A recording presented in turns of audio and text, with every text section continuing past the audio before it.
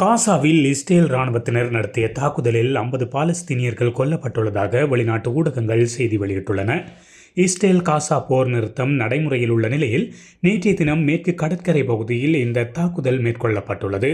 பாலஸ்தீனத்தின் ஜெனின், துல்கரேம் மற்றும் தமுன் பகுதியில் இஸ்ரேல் நடத்திய துப்பாக்கிச் சண்டை மற்றும் ஆளில்லா விமான தாக்குதலில் 50 பாலஸ்தீனியர்கள் கொல்லப்பட்டதாக இஸ்ரேல் இராணுவம் தெரிவித்துள்ளது.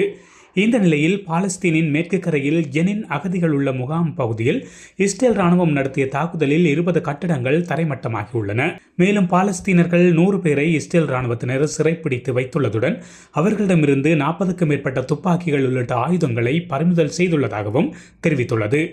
இதேவேளை ஜெனீவா உடன்படிக்கையின் கீழ் போர்க்குற்றங்களை செய்ததாகவோ அல்லது உத்தரவிட்டதாகவோ குற்றம் சாட்டப்பட்ட நபர்களை தேடி அதற்கான நீதியை பெற்றுக் கொடுக்க அல்லது நாடு கடத்துவதற்கு அமெரிக்காவுக்கு தலையாய கடமை உள்ளது என்று சர்வதேச மன்னிப்பு சபை கூறியுள்ளது. போர்க்குற்றங்கள் மற்றும் மனிதகுலத்திற்கு எதிரான குற்றங்களை செய்ததாக கூறப்படும் நபர்களுக்கு பாதுகாப்பான புகலிடமாக அமெரிக்கா இருக்கக்கூடாது எனவும் குறித்த அமைப்பு வலியுறுத்தியுள்ளது. இது தொடர்பில் வெளியிடப்பட்ட அறிக்கையில், நாங்கள் முன்னர் தெரிவித்தது போல் இஸ்ரேலிய பிரதமர் மனிதகுலத்திற்கு எதிரான குற்றங்கள் மற்றும் போர்க்குற்றங்கள் செய்தார் என்று குற்றம் சாட்டி கடந்த ஆண்டு நவம்பரில் ICC கைது உத்தரவை பிறப்பித்திருந்தது.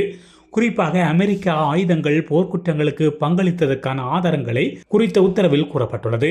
இதன் மூலம் இஸ்ரேல் காசாவில் இனப்படுகொலை செய்கின்றது என்பதற்கான ஆதாரங்களை அந்த உத்தரவு தொடர்பான அறிக்கையில் நிறுவப்பட்டுள்ளது என்று சர்வதேச மன்னிப்பு சபை கூறியுள்ளது.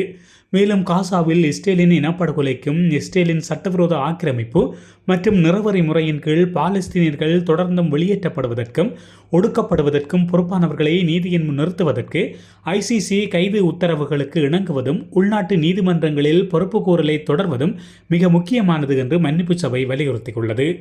இதுபோன்ற செய்திகளை உடனுக்குடன் தெரிந்து கொள்ள மீரா தமிழ் சேனலை சப்ஸ்கிரைப் செய்து இணைந்தீர்கள்.